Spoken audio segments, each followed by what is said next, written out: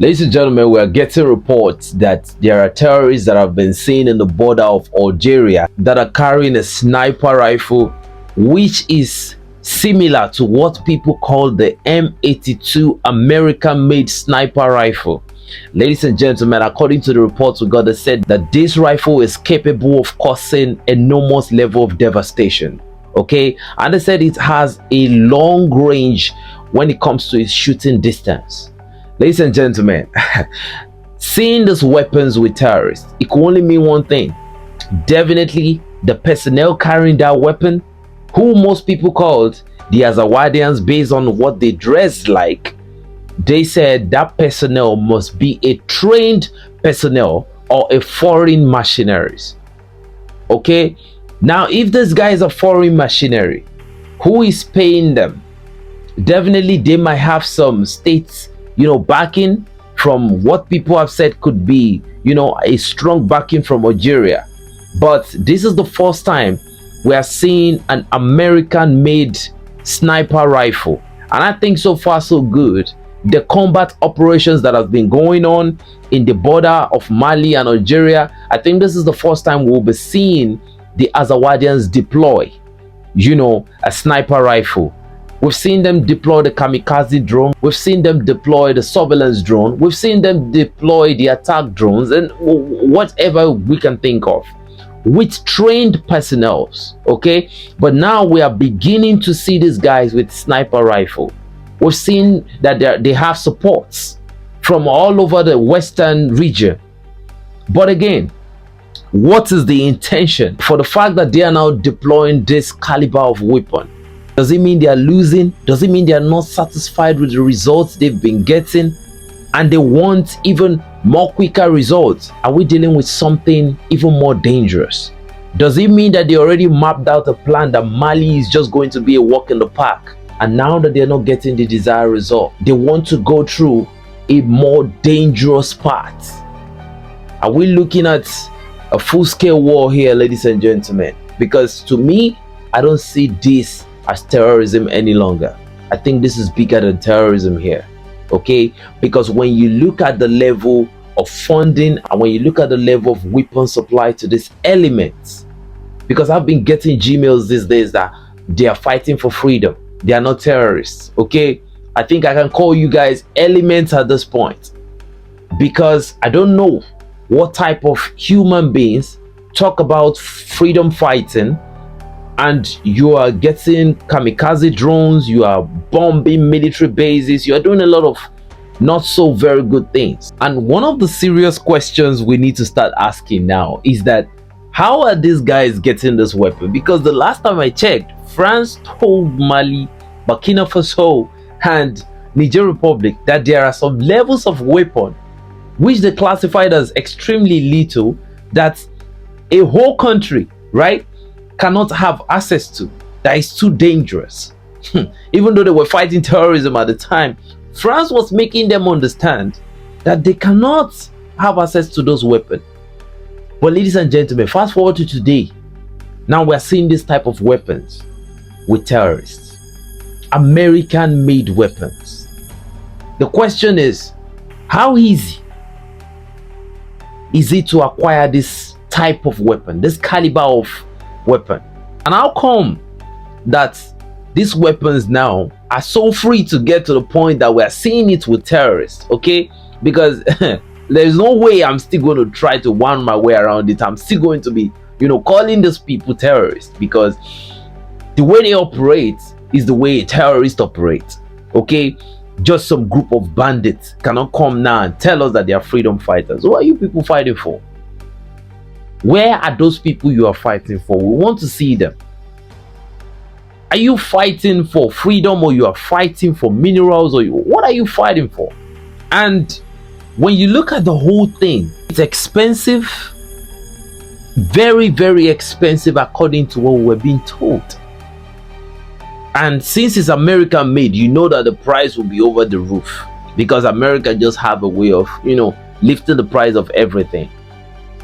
But how come these terrorists now, they can afford this type of weapon? Is it the fact that they have enough money to afford this type of weapon? Or I don't even feel like Algeria can buy this type of weapon for them, because I don't know what the interest of Algeria is here. Okay, so I mean, this is no longer terrorism by my own definition. I think I'm going to call this a full-scale war on Mali, and I think Mali should prepare correspondingly, because according to the information we had, right, the whole weapons, majority of the weapons of the Malians are actually Russian-made weapons. Okay, majority, not all. We have Turkish weapons, we have Chinese weapons, but according to what we are hearing, right, majority of the Malian arsenal is made up of Russian weapon components. Okay, so if anybody wants to come with this argument of like, okay, maybe it was one of those times where they break into some of the Malian armed forces bases, that was where they had access to this weapon. No, according to the information we have, not the farmers of Mali, not the African Corps, nobody has deployed this type of weapon caliber before. And it's just about the level of devastation that we've been told that this weapon is capable of causing.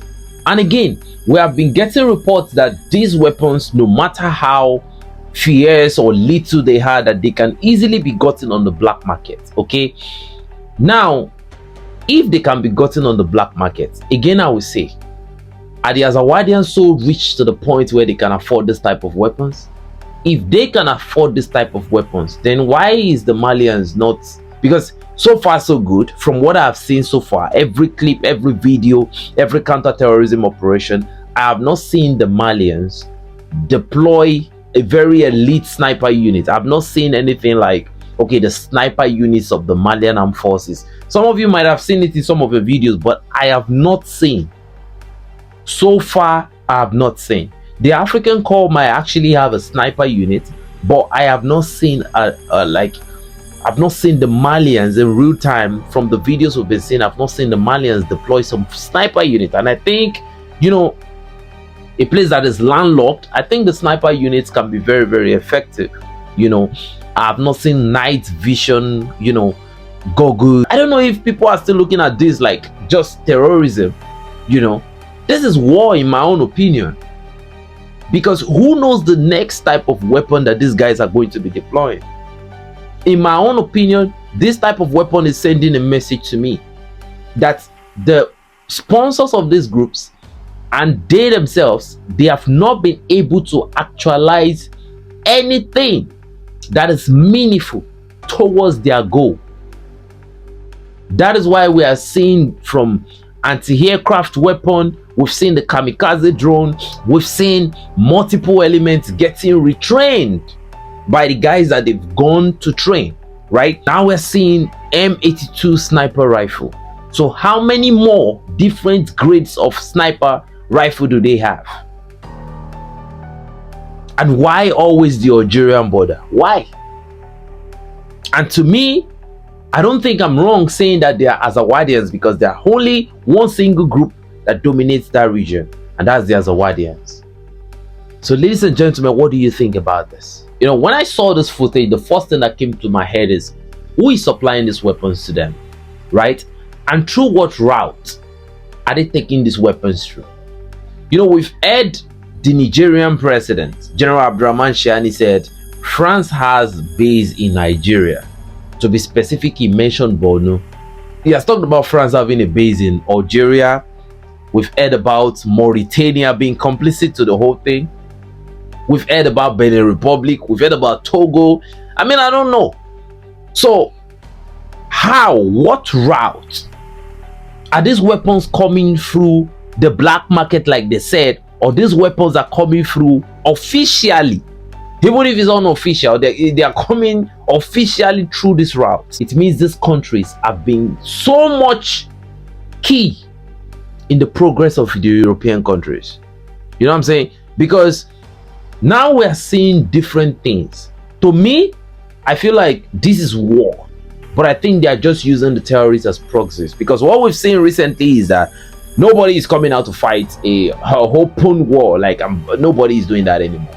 I think now they are using proxies, and in my own opinion, the people they are using right now that we've seen, either the Fulanese or the Azawadians, if that's what they call themselves. A lot of people call them the Tuaregs, but if you're talking about the Tuaregs, then you're talking about both the good and the bad. You understand what I'm saying? But these are Azawadians as they claim. They say they're a group of people, but there's no Azawad on the map. What we have there is Mali. So ladies and gentlemen, what do you think about this whole situation, right? What is the interest of their sponsors? Because the last time I checked, the Azawad region, the region they are claiming that it is their own, has almost zero mineral. Okay, so I don't know, and I feel like they are on lost time. That's why I feel like they are employing all these methodologies, because I feel like once the Russia-Ukraine war ends, the pressure is going to go to a whole nother level on them. I think they are working on lost time. We've also heard that these weapons might be coming in from Libya. According to, some people, they said these weapons have been coming in from Libya.